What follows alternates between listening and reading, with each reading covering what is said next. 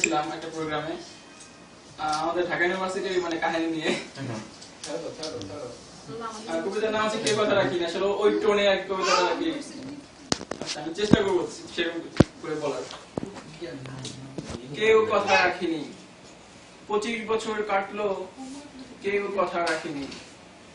প্রথম বর্ষে থাকাকালে আকাশ ভাইয়া বলেছিল হল ছাড়ার আগে মেন বিল্ডিং এর সিটখানা আমায় দিয়ে যাবে।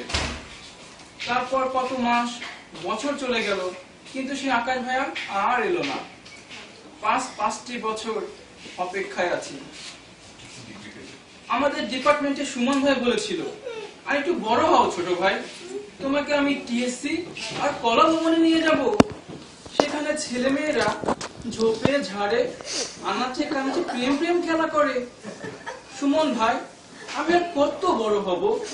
আমার জিন্সের প্যান্ট ছিঁড়ে পাপসের মতো হলে তুমি আমাকে টিএসসি আর কলা ভবনে নিয়ে যাবে? একটা প্রেম পত্র লিখতে পারিনি কখনো। সায়েন্স ফ্যাকাল্টি মেয়েদের নিয়ে রিক্সায় ঘুরে বেড়িয়েছে কলা ভবনের ছেলেরা।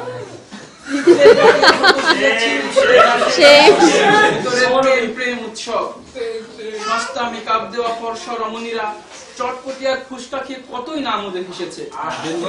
আমার দিকে তারা ফিরেও যায়নি। প্রেম ভাই আমার গা ছুঁয়ে পড়েছিল, আমরাও। সে প্রেম ভাই এখন একটি পত্রিকা অফিসে চাকরি করে, আমাদের দেখা হয়নি কিছু। সে টিএসসি, সেই কলা ভবন, সেই রিক্সায় চড়া আমাকে কেউ ফিরিয়ে দেয়নি।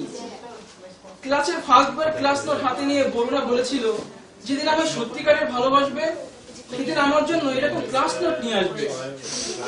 ভালোবাসার জন্য আমি ক্লাসে 100% উপস্থিত থেকেছি। আলতাফ ছাড়ের কোর্সে পেয়েছি 20-তে 20।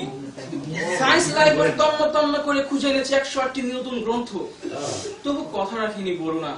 এখন তার হাজারো ক্লাস নোট, কারণ সে এখন লেকচারারের ওয়াইফ। বছর কাটলো, কেউ কথা রাখে না।